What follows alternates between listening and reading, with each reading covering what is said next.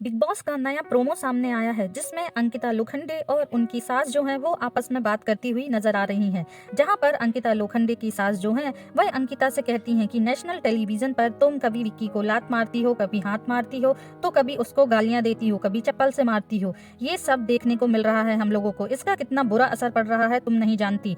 तुम्हारी इस हरकत के कारण विक्की के पापा ने तुम्हारी माँ को कॉल करके कहा कि क्या आप भी इसी तरह से अपने पति के साथ करती थी।